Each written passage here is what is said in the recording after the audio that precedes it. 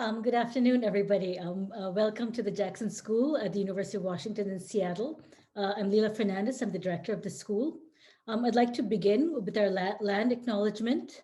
The Jackson School acknowledges that we are on Coast Salish territory, the traditional homelands of the Duwamish, Suquamish, Tulalip, Muckleshoot, and other indigenous peoples. The Jackson School also understands that the international community includes sovereign American Indian tribes, First Nations, and indigenous peoples across the world. So I'd like to welcome you to the fourth event in our winter speaker series. This lecture, as many of you know, is part of the Protest, Race, and Citizenship Across African Worlds series, a lecture series that is sponsored by the Henry M. Jackson School of International Studies and the African Studies Program. And also in partnership with the Center for Global Studies, Comparative History of Ideas, Near Eastern Languages and Civilization, the Simpson Center for the Humanities at the University of Washington, and the Henry M. Jackson Foundation. I'd also like to note that this individual event is also sponsored by the Strom Center for Jewish Studies and the Center for Human Rights at the University of Washington. I'd like to begin by introducing Dr. Smadar Ben Natan, who is going to introduce our speaker and also serve as our discussant for the event today. Dr. Ben Natan is a longtime Israeli human rights lawyer who completed her PhD in the Faculty of Law at Tel Aviv University. Before arriving at the University of Washington, she was a visiting scholar at the Center for Middle Eastern Studies and the Center for the Study of Law and Society at the University of California, Berkeley. She specializes in law and society and international law, with a particular focus on the intersection of criminal justice, national security, and human rights.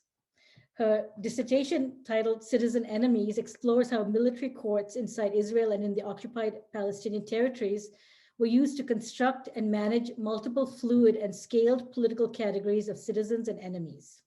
Contributing to the global study of military courts and tribunals, her study conceptualizes the doctrine of emergency powers as a third and hybrid model for security prosecutions between criminal law and armed conflict. She holds a master's in international human rights law with distinction from the University of Oxford and an LLB from Tel Aviv University. She's also the co-founder of Gun-Free Kitchen Tables, the first Israeli gender-related gun control initiative, and has worked with various NGOs in Israel on the prevention of torture, Palestinian rights, prisoners' rights, gender, refugees, and asylum seekers. She has litigated high-profile cases in the Israeli Supreme Court, appeared in national media and published op-eds and blogs on various platforms. And she's the author of numerous essays, and I'm glad to announce that she's also been awarded recently a Guggenheim Fellowship, and congratulations for that honor. Thank you. Closer to home, she's doing a wonderful project where she's co-organizer with Brendan Goldman, who's another one of our visiting postdoctoral scholars.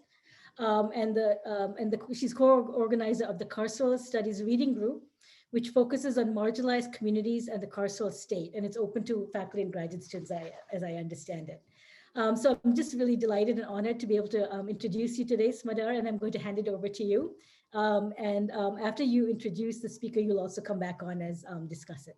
Thank you so much.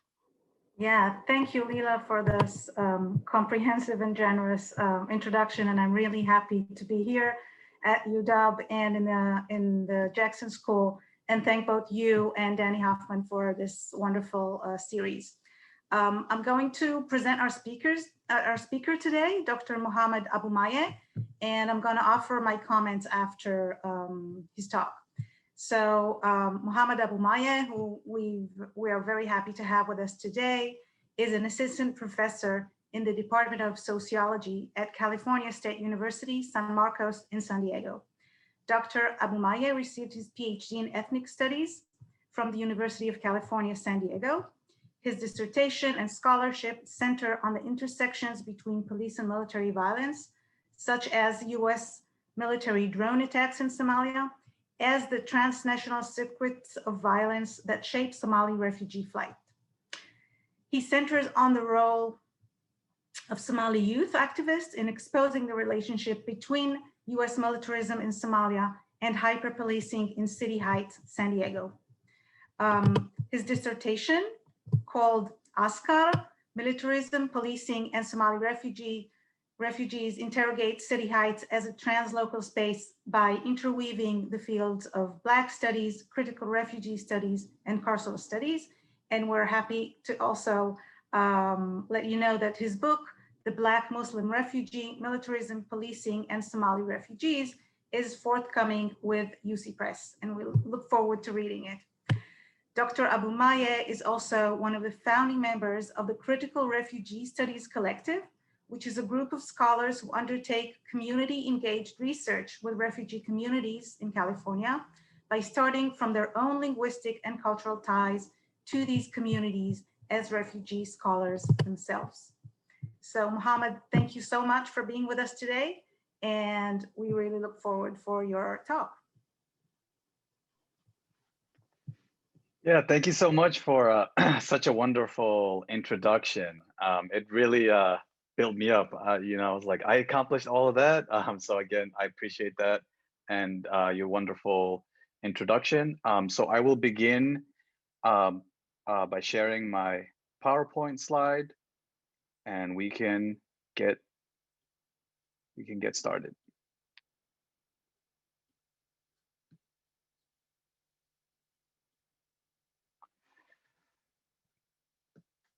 Okay.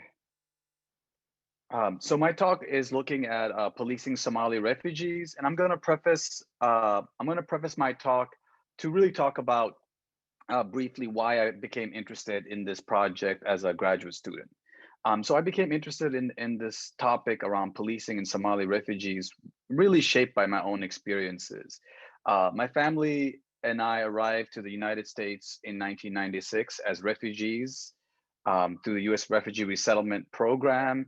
And we came from the Dadaab refugee camp. So that experience of being a refugee and coming to the United States was really foundational. And it is the space in which I theorize from and the space in which a lot of my political activism and organizing is from. In terms of the topic of policing, that is an issue that I really experienced growing up in this country as a young refugee, Muslim, Black American as well, and experiencing those experiences with policing and racial profiling really shaped and cemented my interest of looking at the intersections of refugees and policing.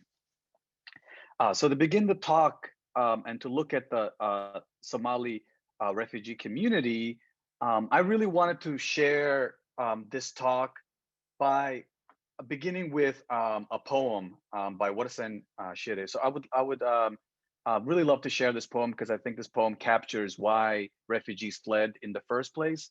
So the poem is called Home, and it begins with, no one leaves home unless home is the mouth of a shark. You only return for the border when you see the whole city running as well. Your neighbors running faster than you, breath bloody in their throats. The boy you went to school with who kissed you behind the old tin factory is holding a gun bigger than his body. You only leave home when home won't let you stay. No one leaves home unless home chases you. Fire under feet, hot blood in your belly. It is not something you ever thought of doing until the blade burned threats into your neck. And even when you carried the anthem under your breath, only tearing up your passport in the airport toilet, sobbing as each mouthful of paper made it clear that you wouldn't be back.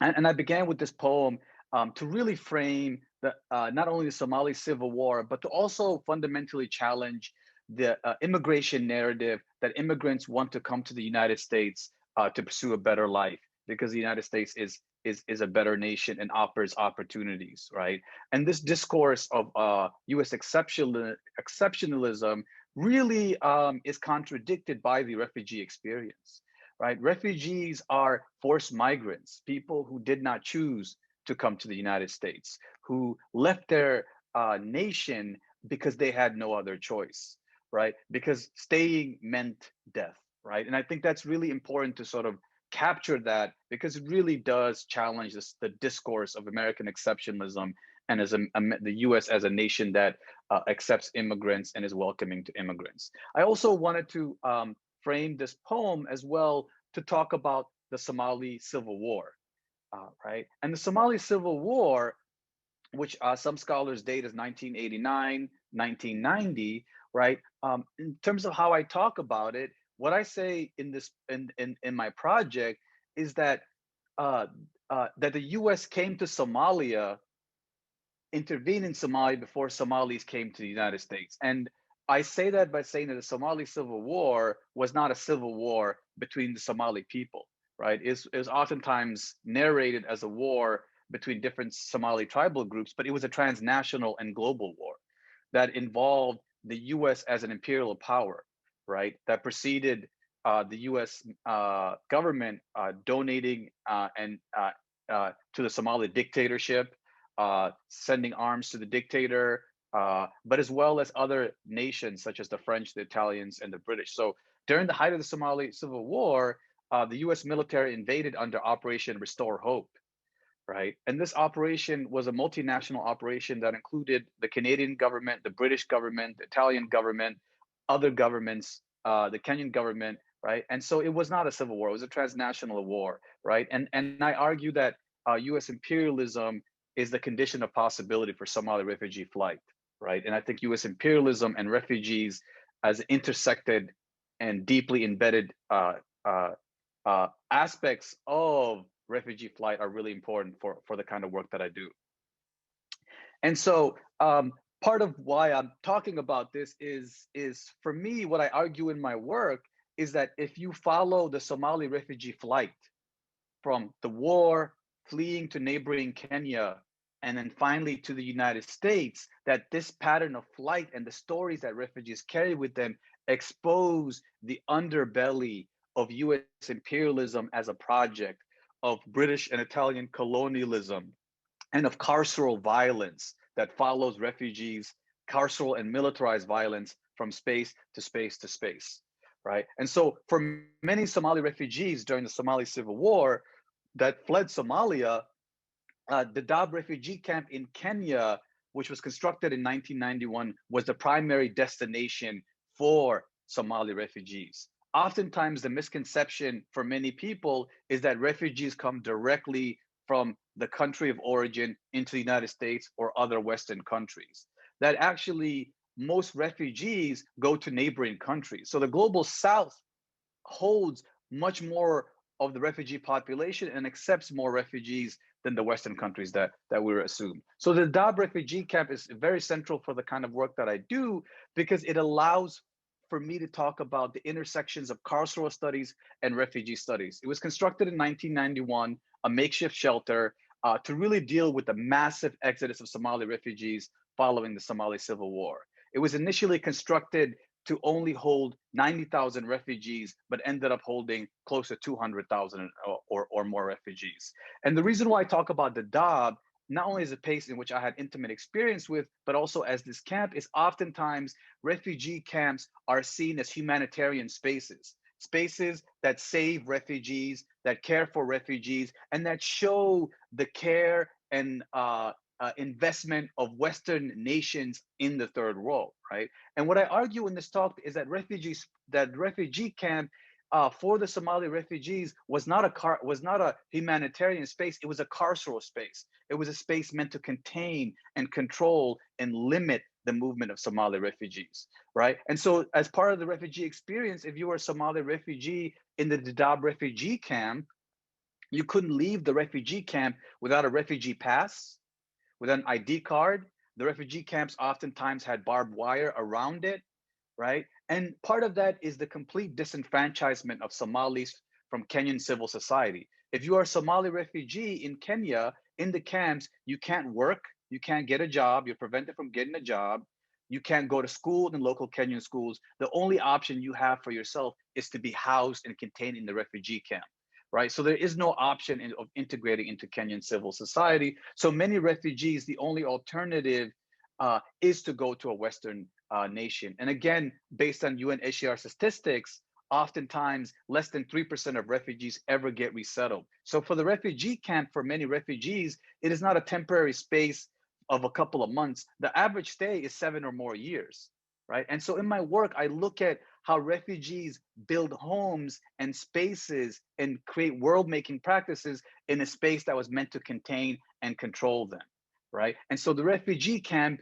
in Dadaab functions more like a prison, right? Refugees have limits on what they can do, their movements, how much food they can eat, where they can go, who they can talk to, so on and so forth. And so in my talk, I don't just talk about policing as an apparatus linked specifically to just to police, but policing as an entire apparatus of surveillance and control, right? So Somali refugees are policed, such as having a calorie limitation, how much food they can eat.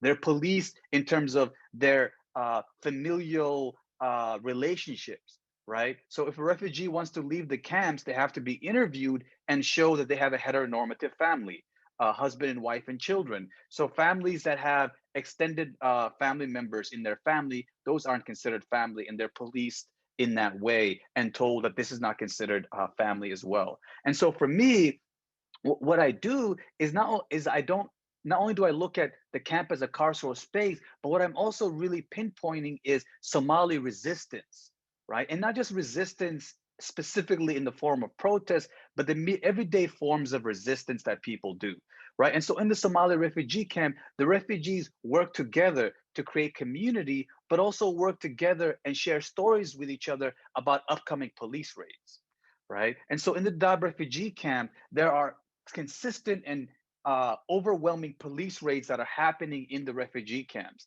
because the Kenyan state deems the Somali refugees as a threat, as a security threat, and as a terrorist threat, utilizing the discourse of Islamophobia. So then refugees create their own counter networks of community, of shared stories, of intel as ways to navigate and move through and circumvent police violence and police surveillance, right? So Kenyan police oftentimes demand bribes from refugees. And even with the giving of a bribe, there is no guarantee that the Kenyan police will let you go. Oftentimes, refugees are normally stripped of their money and their belongings by the Kenyan police with little to no repercussions. So for me, what I argue in this work is that the carcerality of the refugee camps follows Somalis into their next space of destination, but so does the resistance, right?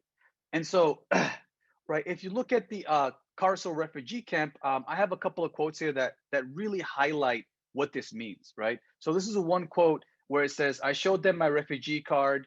One of them kept interrogating me while others ransacked the house," says Ismail, who is originally from neighboring Somalia and has lived in Kenya as a refugee for 17 years. "The policeman alleged my refugee identity card had expired. The truth is, it was still valid. He asked for a bribe. I had 1,000 shillings, equivalent to $12, right? And so again, this really shows the carcerality and the level of police surveillance and violence that Somali refugees are experiencing as stateless people, people without the protections of a state, right? So Somalis are not Kenyan citizens. They cannot go back to their home country. They have no protections there. And so they are in between space, but yet still find ways to create community and to resist.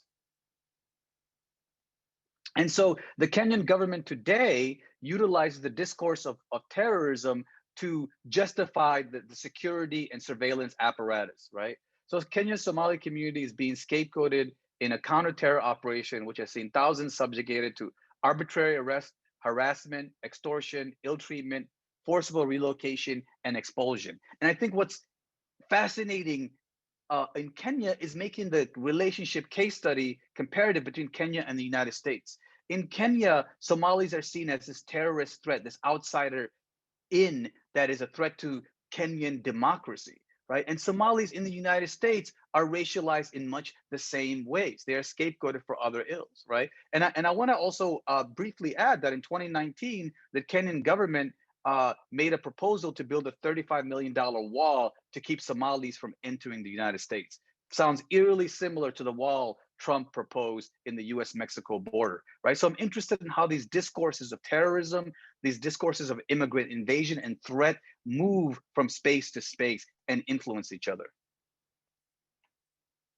And again, what I'm really invested in is not just the state violence Somalis experience, but the ways in which Somalis resist and circumvent this violence. So Safia, one of the folks that I interviewed, and this is a pseudonym, said, "All of us work together to save ourselves from the police. If they came looking for a suspect, we just pretended that we didn't speak Swahili, right?" And this was a form of resistance, right? Well, some of the few tools available to Somalis to resist police violence, and police surveillance, right? And so the stories Somali refugees told each other about the police became an instrumental tool for survival. So storytelling, telling stories in the Somali community served both an epistemological basis for refugee identity and as a practical tool for circumventing police violence. In the Somali community, telling stories and storytellings, telling stories about the ancestors, telling stories about friends, really is a ways in which Somalis produce knowledge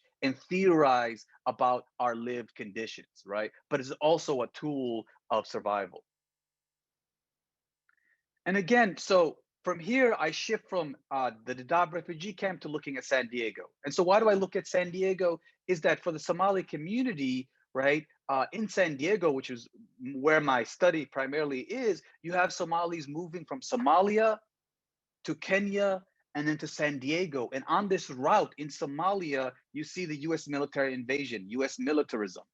In Kenya, you see the carceral prison refugee camp as a prison and the policing Somalis experience. And for the few Somalis who finally got resettled to San Diego, now they've entered a new carceral space, a new militarized space, right? And again, by looking at the refugee migration, the experience of Somali refugees, you see these structures of violence moving as well, right? And the reason why I focus on San Diego is if you look at this chart, it looks at refugee admittances to California by city, right? And if you look at San Diego here, San Diego accepted in 2017 more Somali refugees than any other, and refugees in general than any other city in California. So San Diego is the largest refugee receiving city in the state of California. But again, what's fascinating about San Diego, it is also the most militarized city in San Diego, right? And when you look at San Diego with the Marine Base Camp Pendleton,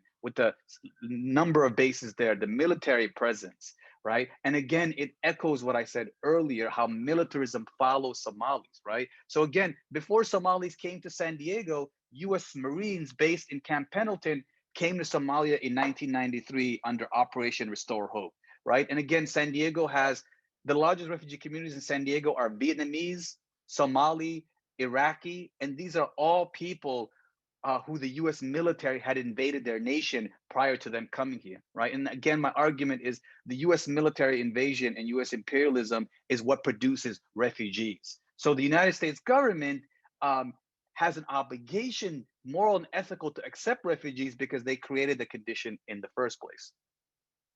And so again, looking at San Diego, right, as this refugee route, what I want everyone in the audience to pay attention to, as I repeated earlier, is not only the ways in which carcerality follows Somalis, but also the ways in which Somali forms of resistance to policing that developed in the Dadaab refugee camp was then brought to San Diego.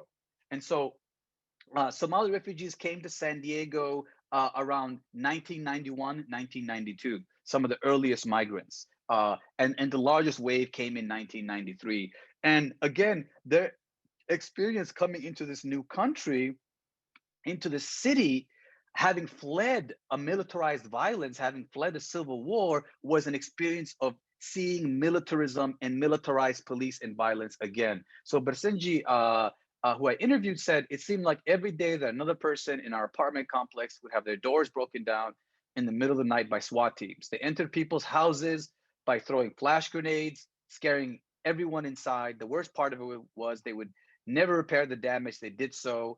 And people had to live with broken doors and windows, right? And so in the early 1990s, when Somalis first came to San Diego, most of them resettled in City Heights, which is a city in Southeast San Diego, right? A poor, mostly working class city that is primarily constructed of immigrants and other community members. And what they experienced when they came to San Diego was they came to the United States at the height of the war on drugs, right? And what they were experiencing as Black immigrants, Black refugees, was the violence and surveillance that the Black community and immigrant community was under in San Diego, right? So Somalis went from being occupied by a military force in Somalia to now in the United States, right? The San Diego Police Department functioning as if an occupying army, right? And treating the residents of City Heights as the enemy threats within that need to be contained, surveilled, and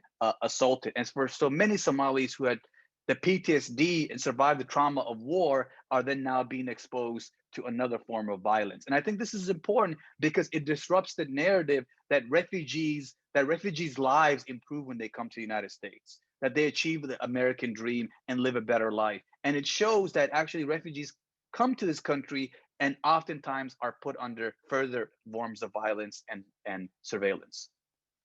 And again, in San Diego, Somalis have also developed to survive this new circumstance because Somali refugees have had to survive a civil war, the carceral space of the refugee camp. And so Somalis are not just passive victims of violence, but active political agents in their own lives, right? And so Somalis developed counter-policing strategies that actually originated in the Dadaab refugee camp and their experience with the Kenyan police. Right. And so what Somalis, and particularly this is an interview with Somali youth, and what this particular youth told me was, we now take out our cameras to record the police, because if we don't, they will attack the person and beat them. By recording them, they will be more afraid to do that kind of stuff.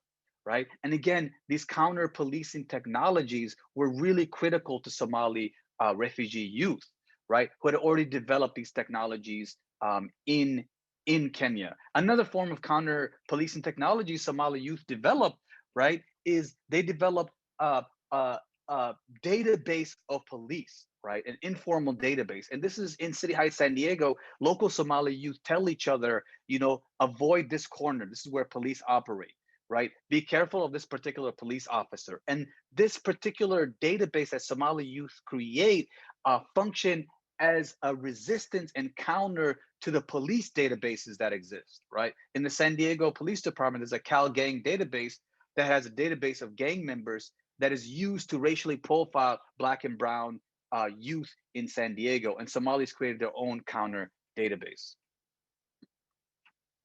And again, why focus on the Somali refugee community? And I say the Somali refugee community exposes the underbelly of these systems of violence, right? So oftentimes when people talk about the militarism of the police, the intersections between the police and the military, right? By looking at the Somali refugee community, you see the ways in which US imperialism and domestic policing are actually intersected and interweaved and deeply interdependent, right? And so here is a chart that lists the number of military grade weapons that the San Diego Police Department received from the US military, right? And the reason why this chart is important is not only does it expose the militarization of the police, but then it exposes who are these weapons intended to be used against, right? And it's used against those that are deemed as a racial threat to society, as a racial threat to what's considered the order, right? And the order is a white supremacist order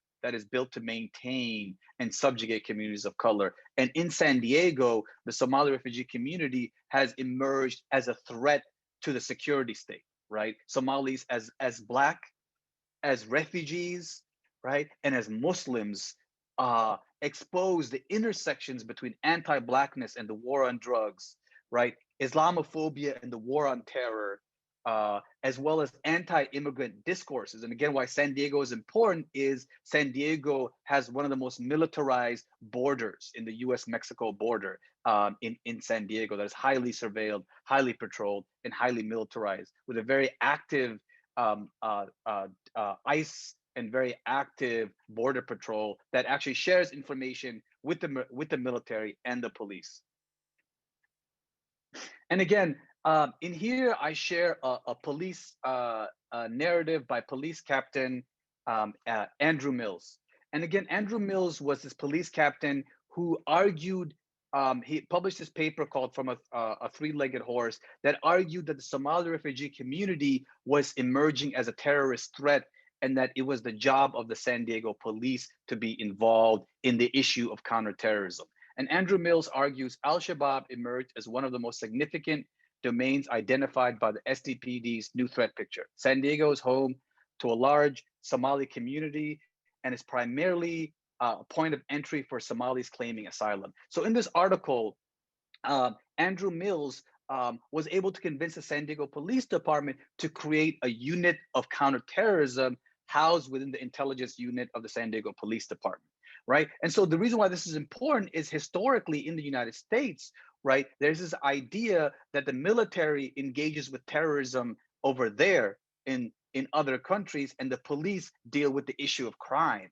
And with this particular narrative, you see the merging of the functions of the police and the functions of the military, right? Where the police is taking on the task of counterterrorism, right? Which is oftentimes seen as something taken on by the FBI or the US military. And actually, in creating this document, it was the US military sharing information about Somalis with the San Diego police. And again, Al Shabaab is a Somali terrorist organization that is located in Somalia, right?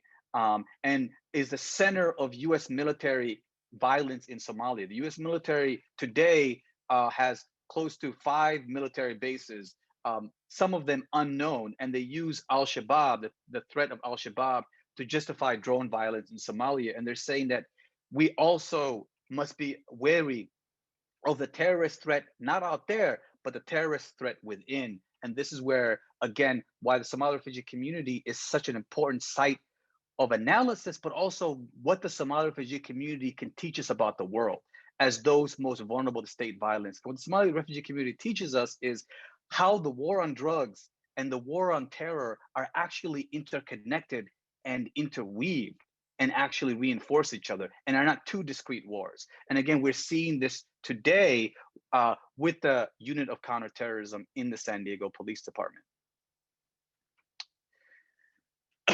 And again, with these emerging threats, Somali youth have also created their own counterforms of resistance. So Somali refugee activist by Asha Omar argues, the police attacked my cousin last week, and I heard from my aunt that American military drone strikes killed many Somalis in her hometown. They are killing us over there and over here. And the reason why this statement, I argue, is a theoretical and epistemological statement is that what Asha is doing is she is connecting state violence through the US military in Somalia with state violence against Somalis in the United States, right? And the reason why this is significant is it reveals the interconnected nature between violence that Black people experience in Africa with violence that Black people experience in the United States, and arguing that police murder of Black people is not disconnected from US military murder of Black people globally, right? And it really provides a global and transnational way to look at the Black Lives Matter movement as a global devaluation of Black life, but also hints and pushes towards a global movement to resist the devaluation and violence against Black people at the hands of the state. And again, before I continue with the next slide, one thing I also want to add to kind of show these shifts is that the San Diego Police Department actually utilized the technique from the FBI of utilizing informants from the war on drugs, right? The San Diego Police Department would send informants into communities, right, to basically surveil people and to legally almost compel people to crime. And that this use of using informants, of community surveillance and community policing emerged from the war on drugs and then was taken up during the war on terror, where the San Diego police actually goes undercover into Somali mosque and community spaces to surveil the Somali refugee community, right? Oftentimes, you'll hear stories of FBI agents going up to young Somalis and asking them that they'll pay them a significant amount of money if they act as informants for their community, right? And if anybody has seen Judas and the Black Messiah, you can understand that that was the same tactic used against the Black Panthers by the FBI under the COINTEL program, right? And again, what I argue by saying that is that the Islamophobia and surveillance experience in the United States today by Muslims is informed by the long history of anti-Blackness and surveillance of Black communities that goes as far back as COINTELPRO, if not further, right? Even looking at the origins of police as slave patrols. And so Somali refugee activists have really emerged to really, and again, why I highlight refugee activists in particular is there's this idea that refugees are passive victims of violence, and that to argue that refugees are political agents really disrupts the narrative of what refugees are, which are people in need of saving, right? And Somali refugee activist Amina argued, we are fighting against the police and the military. Ending police violence is not enough because the US military is also killing Somalis, right? And what Somalis have had to done as Black Muslim refugees is really fight along multiple fronts, right? Fight against the war on terror and Islamophobia, fight against police violence against Black communities, but also fight against the disproportionate deportation of Black immigrants and refugees by the Department of Homeland Security, by Border Patrol, and by ICE agents, right? That Somalis cannot choose between the issues of immigration, the Black Lives Matter movement, and issues revolving around Islamophobia and the war on terror, that for our survival, we must fight on all these fronts. And it really provides a lens to see that these issues are actually deeply interconnected and not separate issues that are engaged with by separate and distinct communities. And again, before I go to the next slide, the reason why I think San Diego is a unique site as well is that San Diego has a cross-section of refugee communities, all living in the same neighborhood, sometimes the same apartment complex. So in San Diego, you have Somali refugees in City Heights living next to Iraqi refugees, Vietnamese refugees, Cambodian refugees, refugees from all over the world, and they come together and understand their shared experiences, right, with US imperialism, right? And what's emerged in City Heights, San Diego is this cross-racial solidarity movement because of the proximity as well. And in the next section, what I really want to highlight, so this was initially my dissertation project that I've been continually working on, and as I've been working on revising this project into a book, into my my book, is seeing the emergence of the Black Freedom Summer of 2020. And what's so fascinating about 2020 is that Minneapolis, Minnesota emerged as the premier site for the Black Lives Matter movement due to the murder of the police of George Floyd. And Minneapolis, Minnesota has the largest Somali community in the United States proper. And the Somali community became significantly politicized during this Black Lives Matter movement. And actually, Somali youth have become at the forefront of organizing in the Black Lives Matter movement, not only in San Diego, but all over the country. So I will share a brief clip by a Somali refugee activist that goes by the name of Miski Noor, who's emerged as a prominent leader in the Black Lives Matter movement in Minneapolis as well. And so I'll share their analysis here.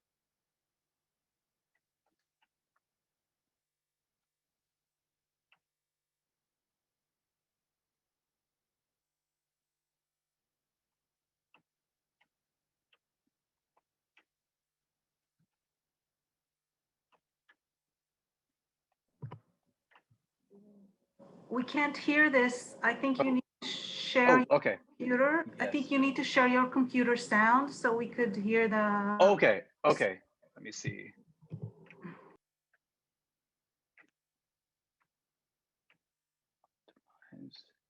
See who share. I don't know how to share that. In the view options above. Right. If you open that here menu. Oh, where's that at? You have view options on the top of your screen with a dropping down menu. Mm-hmm. Just touch the top of your screen and then you'll have a menu with share computer screen. Okay, let me see. I'm trying to see that menu. It's not popping up for me.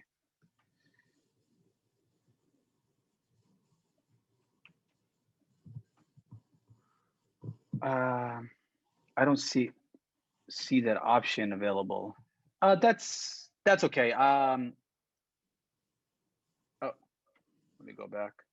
It's okay. I'll just summarize this briefly before I continue. So again, if everyone can hear me clearly, I just wanted to highlight some of the work that Somali youth activists are doing in the community, and particularly the leadership roles that Somali refugee activists have taken. Okay, let me go to the next slide.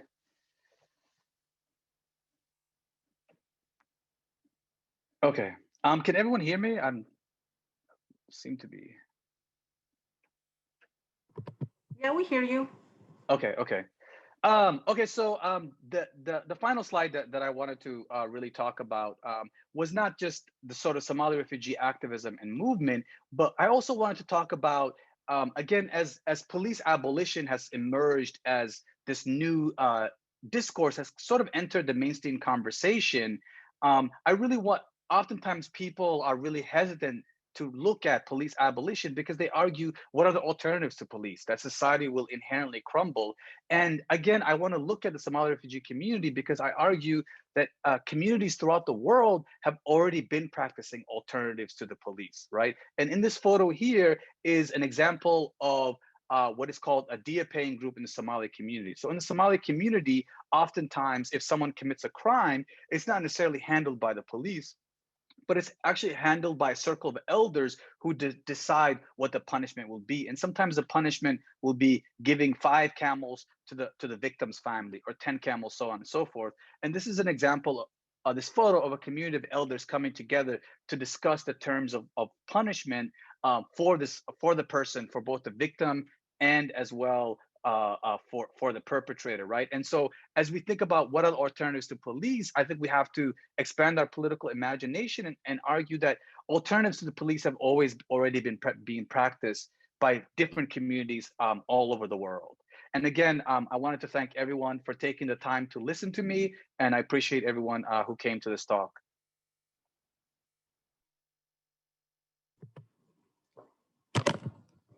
Thank you, Mohamed, so much. Fabulous talk and really interesting. At least I don't see you right now. I don't know if you could turn on your video. Yes. Yeah, I'm right here. So I can speak to you directly. Thank you so much. That was a terrific presentation, and certainly speaks very much to also where I'm coming from, which is Israel and Palestine, where systems of the apparatus of security and anti-terrorism is very connected to carceral policies. So I want to remind our audience that you can post your questions in the Q&A box, and in the Q&A session that we'll have later, your questions would be, some of the questions would be presented to Mohamed. And I want to offer a short comment to your talk. First of all, it really does a wonderful job in connecting two different yet interrelated sites and phenomena. So the first of them being subjected to police power in the refugee camp in Kenya, and then in the intercity of San Diego. But your work does also, and I think it was more in what I have read of your work and less in your presentation today, but I still want to point this out, is that in my reading of it, it also interrogates more subtly, but not less importantly, another set of two phenomena: state violence in the US against African asylum seekers that we talk about, and state violence against African-American citizens in the US carceral state. And both of which provide experiences, different yet connected, of what it means to be Black in America. And the second sense to me is no less significant than the first one. You describe in your work projects of community policing where police penetrates Somali youth and kind of guides them and teaches them, and also surveils them and detains them in manners that are similar to what African Americans are experiences in the hands of police and the carceral state. And it really shows us how in San Diego, Somali youth are reproduced as African Americans through these programs like community policing. And I think it articulates really well what Professor Catherine Beckett here from the Sociology Department of UW and her co-author Nomi Morikawa, called the shadow carceral state. So peripheral practices beyond the carceral state that includes more people into carceral mechanisms. So on the second issue, I want to provide you with a story from my experience that may demonstrate how it looks from the opposite perspective to the story you're telling, from the African-American perspective. I was volunteering in an organization in San Francisco doing Israel-Palestine work, and I got to meet a fellow worker, an African-American who was doing work against mass incarceration, and we became friends. And he had been in prison for 26 years before being released on parole and getting this job as an internship. And you can imagine that during these 26 years, he experienced multiple prisons in California, guards brutality, prison gangs, solitary confinement, you name it, and was also disenfranchised from voting. I, on the other hand, told him about a family of refugees from South Sudan that I met while I was living and working in Israel. And this family of refugees were deported, and now they're refugees again, scattered across Africa.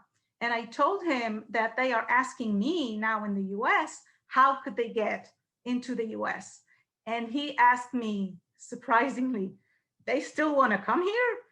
So from his point of view, America was not a good place for Black men.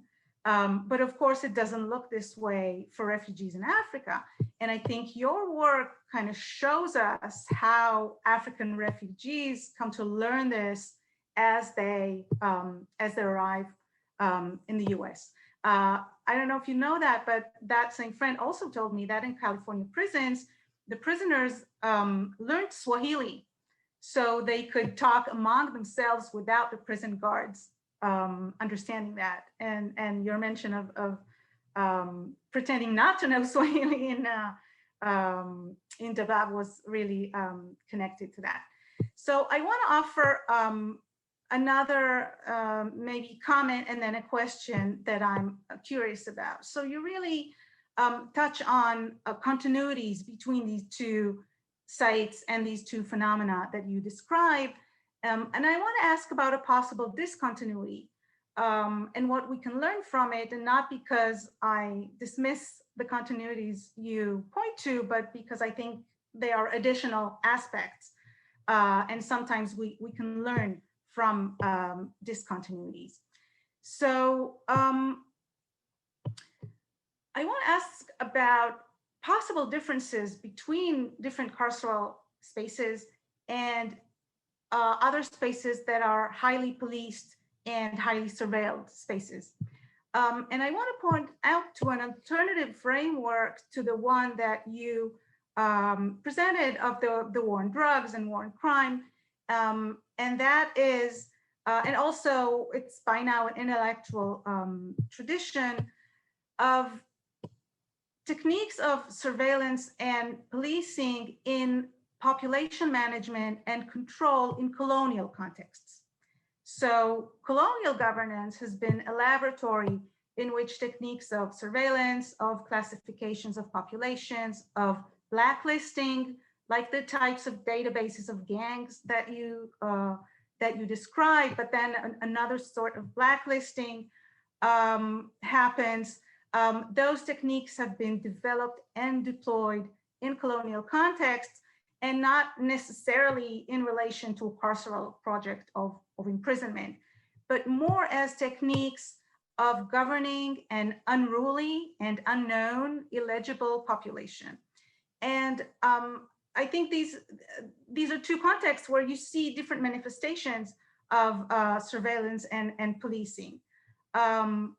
So while American policing is very focused on urban life and urban crime, these colonial contexts are more spaces of frontier societies, of imperial and colonial governance, like you point to in Africa.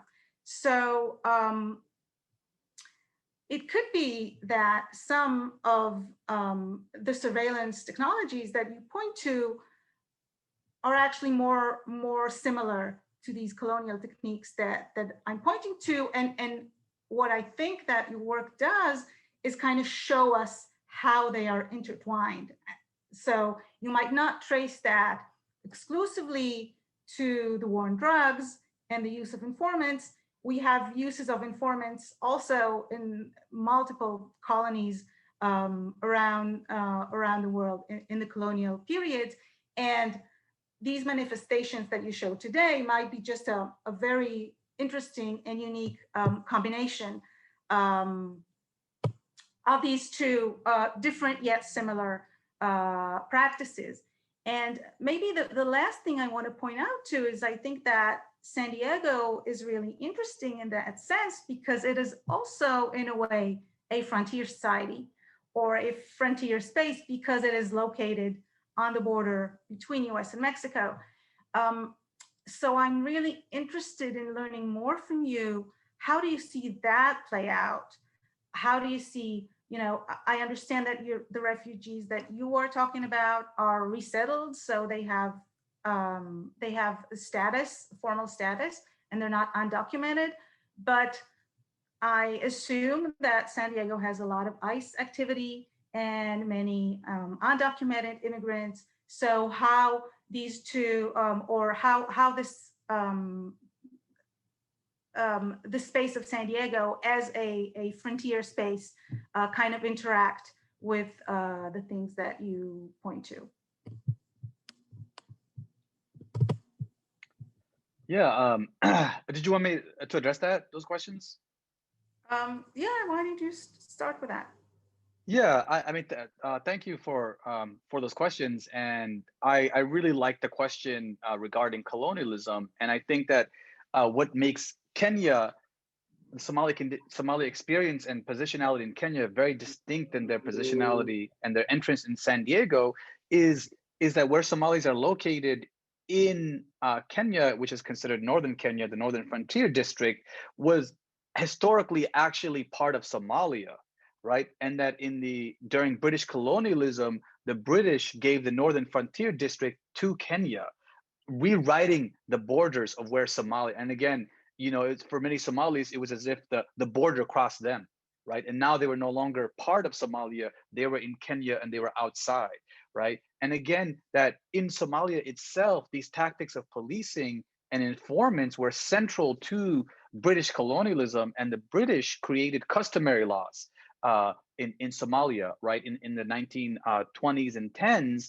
in which they were policing who could access resources, right? Customary laws were laws that only applied to the indigenous people, and then there was the more formal laws, right? And again, they would assign certain Somalis to be the ones, tribal chiefs, who would have access to resources, right? They would create dissent, right, within the community, saying this tribal group had actually threatened this tribal group when it didn't happen, to kind of create disunity. And so these strategies of destabilizing, of using informants, of controlling, again, under British colonialism in Somalia, there were limitations on where colonial subjects could go, right? Where they could move, their movements. And so again, these tactics of policing and of control and of surveillance, the British actually had certain Somalis working for them that would surveil the Somali community to kind of prevent the emergence of a Somali nationalist movement, a Somali resistance movement for independence, right? And again, we see these use of informants to destabilize activist communities in Africa actually having this longer historical context. Now, I think for San Diego, there's a very much a different context, right? So Somalis entered into San Diego with a political and historical context that they weren't necessarily aware of, right? And in San Diego, right, you have sort of the US-Mexico border, the militarization of that border, and the maintaining of the space between who is outside and who is inside, right? And again, if you look at Mexico as well, the Treaty of Guadalupe Hidalgo, right, San Diego used to be Mexico, right? And sort of the ways in which these Mexican communities are surveilled and are considered outside is really, really why the San Diego border is so militarized. Now, for the Somali community, what is distinct for that is that you actually also have most Somali refugees, because they have refugee status, are formally legally recognized, but you actually have high rates of Somalis being deported, right, through ICE, and that is because there emerged in the war on terror this idea that Somalis were providing material aid to terrorism, which could just be, which oftentimes meant if someone in Somalia, someone in the United States was sending money back home to their relatives, and they could say that you're actually, that money you're sending is providing material aid to terrorism, right? And that was oftentimes used as a way to deport and really surveil the Somali community. So you kind of have really distinct things that are happening in Kenya. The reason why Somalis are so hyper surveilled and policed is this idea, this sort of tension between Kenyans and Somalis that actually has its historical origin in the British colonial government dividing the borders of Somalia and Kenya, right? And again, the Northern Frontier District in Kenya, the population is mostly Somali there. It's mostly people who are indigenous Somalis, and some of them have been in Kenya for generations, but they're not formally recognized as being part of the Kenyan state. And that is why there is so much surveillance and control of the community. So I hope that answered some of your questions. Yeah, thank you so much. Really interesting. Yeah, thank you. This is a great start to the discussion. Thank you so much, Madar, for getting us going. So, Mohammed, we have questions piling up for you after a really interesting talk that you gave. So there are a couple of questions which you want to just learn more about some of the cultural and some just a deeper understanding of how how refugee community culture kind of migrates and it becomes part of resistance. So there's questions which want to hear more about it. So one of those questions is asking whether there are specific kinds of cultural forms of resistance, such as music, language, or visual arts, which your research has found. So maybe I'll just start with that one for you. Yeah, that is an absolutely excellent question. And I like that question because it really kind of challenges what we think of resistance to the state, right? Oftentimes it's narrated as formal resistance.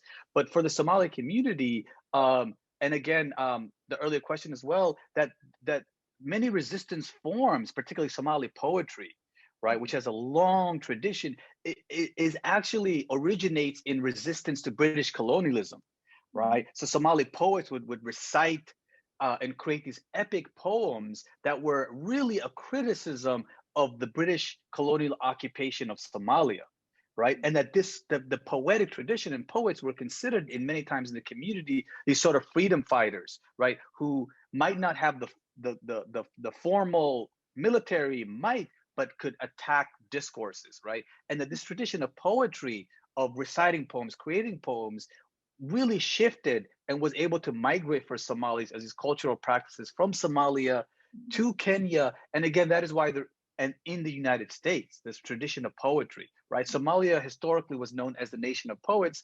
And that's why I shared the poem by Warsan Shiri about home, because it destabilizes that the US is the place you want to go to, right? That immigrants want to come here and they find safety and sanctuary here. And then she says, we left home because we had no choice, right? And what we found here is also, right, other forms of unfreedom. So I think the artistic and poetic traditions was passed down from generation to generation, and it shifted and mutated, right, from a resistance to colonialism, resistance to the Kenyan police, and resistance today, right? Somali poets, new young poets using digital media platforms such as YouTube, so on and so forth, have sort of emerged. And I think art and art forms really was central to sort of how Somalis built their worlds, how they made world-making practices.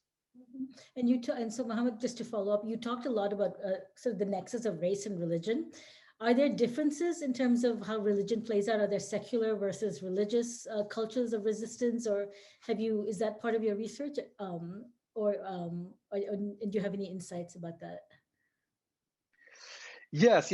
I think that for the Somali community, religion, particularly Islam, did play a fundamental role in sort of the resistance to the British, right? And again, I tell this to my students, and when I teach, Somali identity is in some ways a colonial invention, right? So in many ways, historically, Somalis did not necessarily identify with a national identity. Many identified maybe with a tribal identity, right? Or the region in which they lived, and didn't necessarily see kinship with other Somalis in other regions, right?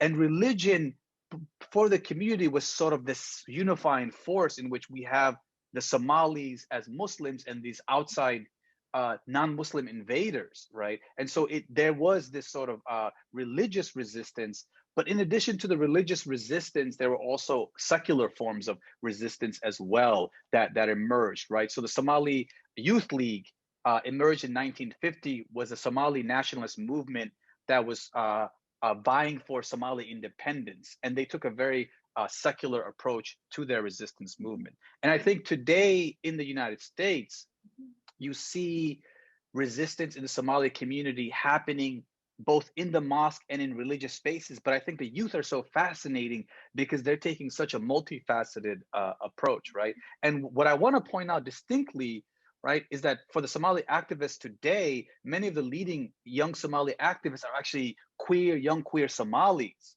right, who are oftentimes seen as outside of the religion and have had to create new forms and new communities and kinships and ways of resisting outside of sort of the religious space, but also some queer Somali youth who've also reinterpreted and reimagined the religious space as well. So for the community, I think, and I'll stop here as well because it's so fascinating, is that religion plays such a central role for the Somali community, is that in the United States, with so much Islamophobia and anti-immigrant discourses, many in the Somali community oftentimes retreated into their religious identity because it was under attack, and it became a space of safety and sanctuary, right? So the emergence of the hijab, right, historically was not something Somalis had worn prior, historically in the 1980s and 70s, but emerged as this new, where there became this sort of solidarity with other Muslims in the United States. That's really interesting. I'm going to ask you one more follow-up on that because we have a related question. This is one of our colleagues, Rich Watts, in the Jackson School, and he wants to know, it's a question, again, picking up on your discussion about youth. And so youth who don't have memories of Dadaab, the refugee experience, what is the generational transmission? Do they sort of get the memories passed down to them? Which is asking, do they develop new strategies, new anti-police tactics in dialogue with non-Somali peers? Are there generational differences? How does that play out? Yeah, I mean that is an excellent question, right? And many of the youth activists that I look at, so recently, in this current moment, I'm part of a group, the Critical Somali Studies Collective, which convenes young Somali youth, scholars and colleagues, Somali scholars and colleagues, and many of these youth are organizing to abolish school police in their high schools, right? And we're creating a panel on intergenerational dialogue, right? And the reason why that question is important is that for the Somali community, the naming system is fascinating, right? So my name is Mohamed Abumaye, Mohamed Abumaye. So for the Somali community, it is very important. Children are generally taught to memorize the names and the deeds of their ancestors, sometimes going as far back as 20 to 30 generations. And so teaching young people about their history, their culture, but also their individual family is an essential part of the identity, right? So Somalis, there is no such thing as a last name for the Somali community. The name is patrilineal, and it is your father's name's father's name's father's name. That is your name, going as far back as an ancestor you shared. So again, the older generation who prior to arriving to the United States were also resisting as well, right? Some of them resisted the dictatorship. Some of them resisted British colonialism. They passed down these memories and taught these experiences to their kids, who then passed it down to their kids. Now, what is distinct about San Diego is that in San Diego, Somali youth who grew up here, unlike their parents, the second generation, they went to school, right, with other youth of color, right? In City Heights, San Diego, it's mostly immigrant community. So they were in school with Cambodian refugees, right? Iraqi refugees, Vietnamese refugees, African Americans. And through these experiences, they also learned of other people's oppression, their shared oppression, and different ways of resisting, right? This is why the Somali refugee community youth became so invested in Black Lives Matter, is that they were adopting and learning from the African American peers as well, right? And from their peers who are fighting for other forms of discrimination and resistance. So that also created this new platform. And I think what's fascinating now is that what the youth are doing that the elders aren't doing is they're using social media, such as Twitter, such as YouTube, to kind of really push their platform and to kind of really engage that. And that's why for me, in terms of my project, I'm really trying to show the youth this intergenerational dialogue that the older generation also resisted, that political activism is not new for the Somali community, that it has a long history, but it looks different today because the conditions they grew up is very different than the conditions their parents grew up in. It's interesting. So I'm going to add on, because as the questions are coming in from the audience, I think your responses are jogging more and more interest. So I'm going to just ask another follow-up, if you'll indulge me. And this comes from Danny Hoffman, and I might rework his question a little bit, but he's asking about generational differences in how the Somali refugee community identifies as being Black. And I think I want to add to that, because there's so much complexity in what you're saying, you're discussing in terms of how you're talking about the different strands that are woven together in terms of identity as refugees, basically as immigrants, as Black. You also brought in sexuality a little while ago. So there's a lot of complexity in terms of how you're thinking about these generational changes, the identities, the movement of resistance. So how does that, how do you think about the concept of Blackness? Maybe I'll just kind of bring it up a little bit based on just the richness of what you're telling us about the community. Yes. Thank you. That is a wonderful question, and I think that that is why I'm titling my forthcoming book "The Black Muslim Refugee," and I'm a scholar firmly situated in the field of Black studies. I think Blackness is fascinating when you take a global approach to understanding it, right? So many Somalis might not necessarily historically, right, in Somalia identify with Black, right? And as I said earlier, many wouldn't even identify with Somali, right? Because identity is always changing and shifting. And what's fascinating about the Somali community emerging in the United States is that Blackness also functions in Somalia, right? So in the Somali community, there's a group of Somalis called the Digil, the Hawen, and Bantu Somalis, who in Somalia were segregated from the community, racialized as Black, right? And excluded from access to civil society. And so that Blackness was functioning. So again, what I'm trying to say is that Blackness and how an anti-Blackness and how it functions looks differently in Somalia than it does in the United States, right? So there is this minority community in Somalia called the Bantu Somalis, right? Who have faced decades of segregation because within the Somali community and the more dominant tribes, they were considered to be Black, to be other, right? And Somalis identified with this they identified as Somali, but also identified with this identity, at times Arab identity, right? And at times Somali identity that was written against this identity of. And so in the United States, what's fascinating about in the United States is the United States Blackness functions under the one drop rule, right? That if you have a drop of Black blood, you are racialized and considered Black and are segregated into society as thus, right? So the Somali refugee immigrant experiences is not that distinct from the Haitian immigrant experience, right? And the Jamaican, right? Where the parents might not identify with Blackness, but their children do, because their children sees the ways in which anti-Blackness functions in their life, right? And they see solidarity with African Americans, and they are read as Black.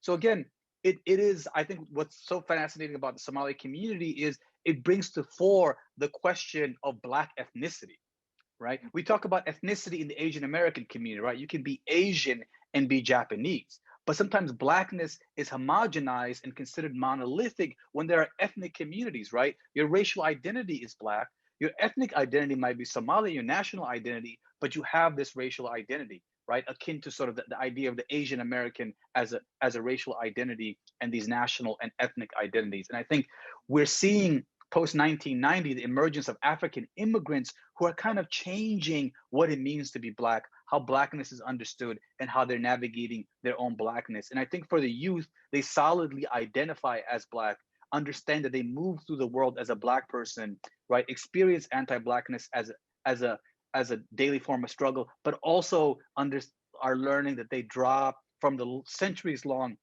Black freedom struggle, and that they are a part of that as well.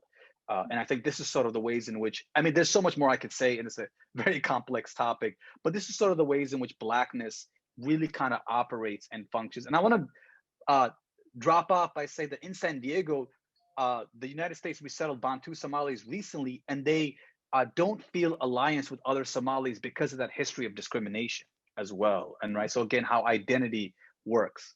That's really interesting because there's a racial dynamic even within the community, which is layered.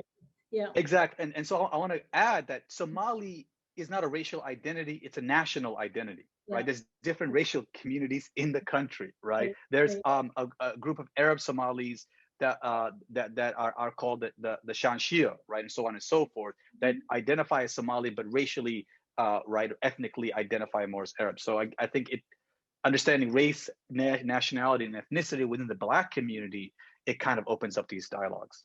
Yeah, that's really interesting. So I'm going to collapse. There's a whole series of questions about the police and the state, and I'm going to collapse them because I want to make sure we get most of the questions answered because there's a lot of interest in what you're saying.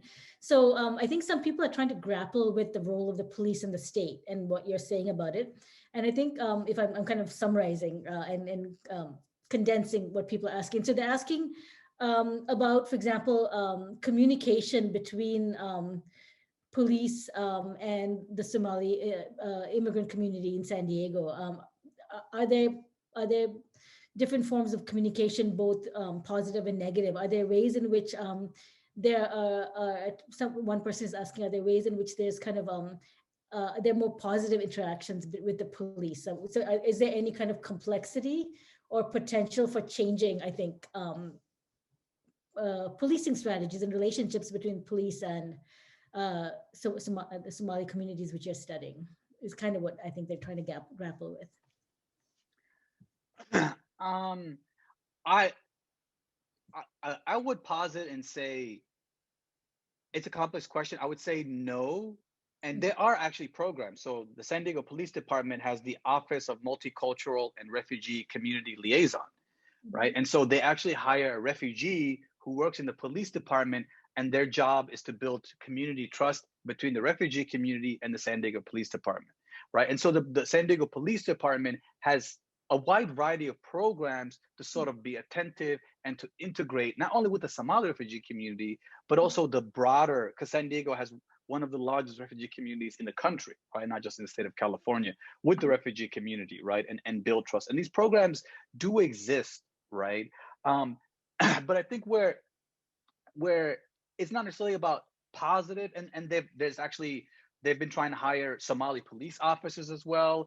But the problem is understanding, I think, the role of police in society, right? And in many ways, the role of police in society is to enforce the laws, right?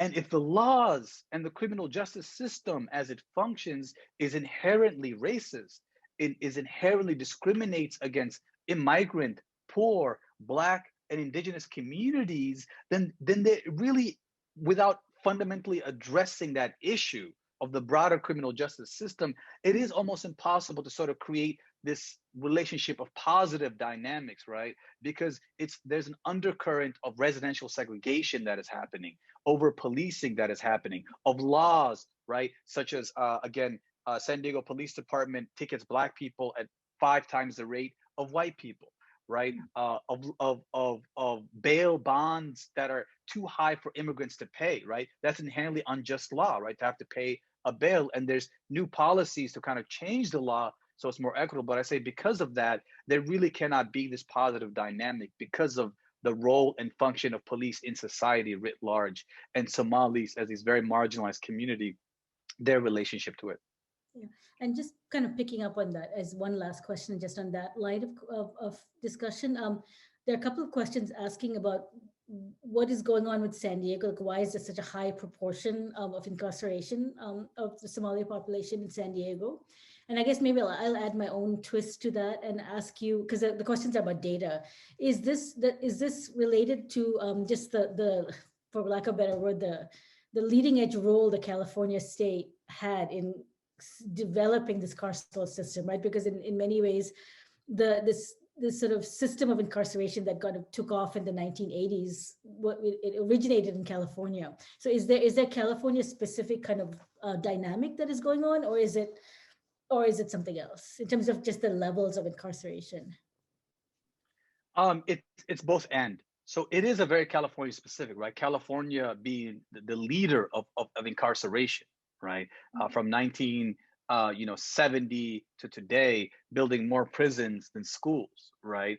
And so in California, and also in my book, I talk about SWAT teams. SWAT teams actually emerged from the LAPD. And I think the reason why I look at San Diego and Southern California as a site of mass incarceration and carcerality, right, is to look at the history of Southern California and policing and carcerality, right? And so the emergence of, right, these FBI, and also what makes San Diego interesting is you also have the US military border, which is already a very militarized space. You also have the US military, right, having significant presence in San Diego, as well as the police having, right, the LAPD SWAT program was a program between the US military and the police, training, tactics, and gears as well. And so this is why sort of San Diego emerges. And I think it's important because California is oftentimes framed as this liberal, left-leaning place that is more tolerant than other spaces. And this shows actually San Diego is not this tolerant space, this space for vacation, but it's also a carceral, militarized, and anti-immigrant space as well. And that these two things are working in tandem with each other, right? I mean, California recently, again, rejected a proposition to again bring back affirmative action. And again, is one of the states in the country that still has not legalized affirmative action, right? And again, we see these sort of dynamics happening in California. That's really interesting. So I'm going to try and squeeze in maybe a couple more questions. We have about Okay. 10 minutes left. I'm going to take the liberty of squeezing in one of mine. And I wanted to just hear your thoughts, just to hear you reflect about, I've been thinking as you've been talking about the question of citizenship and what does citizenship actually mean in the context of the dynamics you're talking about? Because on one level, on one hand, for African American populations, citizenship is a very fraught concept and ideal, right? Because living within a carceral state, citizenship does not mean the same thing if you're African American or if you versus being from, say, a majority community identity. At the same time, when you were talking earlier, you were talking about the deportations that happen, and so there's a dimension of for refugee policies of refugee populations where statelessness does matter, right? Because there's in some ways you need citizenship for a basic level of security. And so I guess with those kind of cross pressures and the way in which you're grappling with these issues of violence and security and surveillance, what do you think citizenship means? Is it a category that has any political contact, political viability or possibility, or has it become kind of devoid of meaning given the level of policing that the communities are undergoing if they are Black, the different figurations of Black? So I'm just curious what your thoughts are based on because you have so much complexity in saying. Yeah, I mean, thank you for that question. I think that it is multifaceted, and in some ways, citizenship is no more important it's incredibly important to refugees. There's significant materiality to it, right? So Somali refugees, and this is why I'm glad the earlier question asked, is that the conditions in Kenya are radically different than in San Diego. In Kenya, Somalis are absolutely stateless, deprived of all. There is no legal even apparatus to access citizenship. The refugee status is permanent, Yeah. right? And understanding all the benefits citizenship and even legal residency can grant you, whether access to schooling, access to education, access to healthcare, right? Ability to vote. Somalis have been deprived of that. So coming into the United States, so few Somalis ever get resettled, right? People think, no, it's less than 3% to ever get that, right?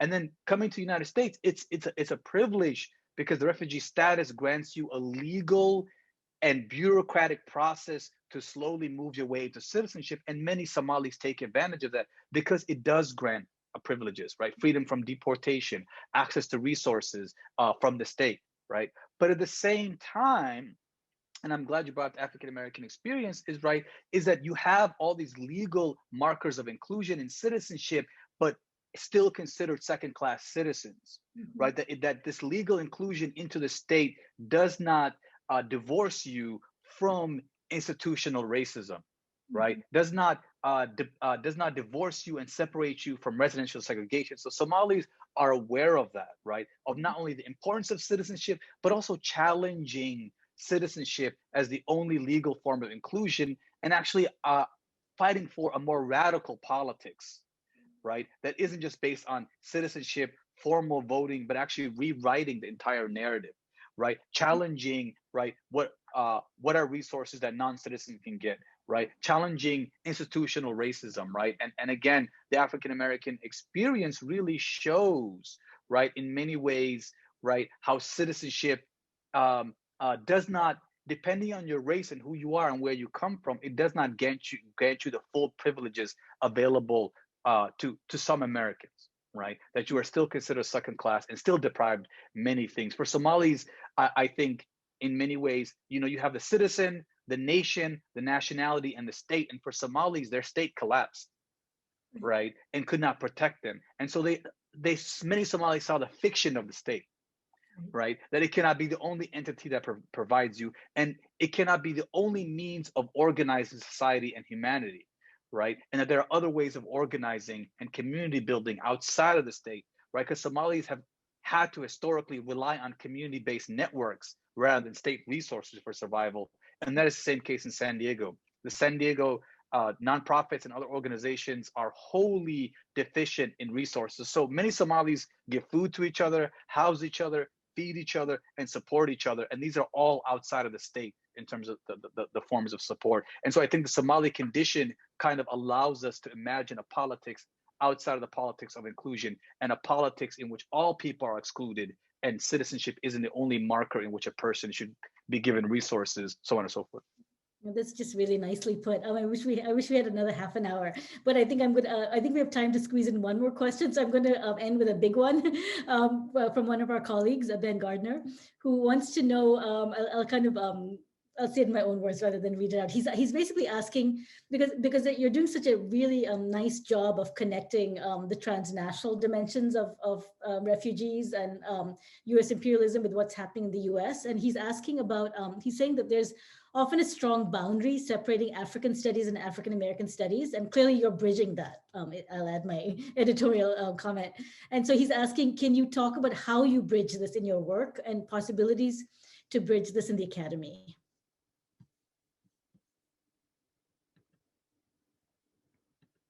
Yes, thank you for that question. I think that's a very, very important question. Mhm. I'm going to actually point out a really important book called The Predicament of Blackness, Mhm. which was written by a scholar, and she looks at Ghana. And again, what this book argues is argues for the separation between African studies and African American studies. I mean, clearly there are Africana studies programs that bridge the gap, but I think part of that as well, and what my work bridges that, is sort of the historical emergence of African studies coming out of area studies, coming out of the Cold War, and really being the site in which the state utilizes using African studies, whether teaching African languages as a way for state surveillance, state control, US military engagement, so on and so forth. And then you also have sort of what are the history of Black studies, right? Black studies coming out of the student protests, right? The Black Power movement and the fight for ethnic studies. And I think part of the reason why it's separated is Black studies as a field really brings to fore how white supremacy functions in a space, right? And how to challenge it, racialize it, and understand it, right? And so I think when you bridge African American studies and African studies, you see, right, that transatlantic slavery as the site and the structure that framed the Black experience is not only limited to the United States, but Brazil, Africa, Jamaica, and Haiti. And what is the afterlife of slavery in Africa? How did it create, sort of in some ways, the category of Blackness? And how did Black people take up this identity, right? And again, how are, and again, really, even looking at the Pan-African movements in Africa, right? From the first Pan-African Congress in 1910 that had African-American leaders like Du Bois present, right? And so I think bridging the gap between African studies and African-American studies is really important, because what it allows for academia to birth is Black diaspora studies, right? What do Black people in disparate spaces all over the world have in common, and what is distinct? Right. And I think this is what merging African American studies and African studies makes possible. And the Black Lives Matter movement is becoming global, and it is already bridging that gap between African studies and African American studies.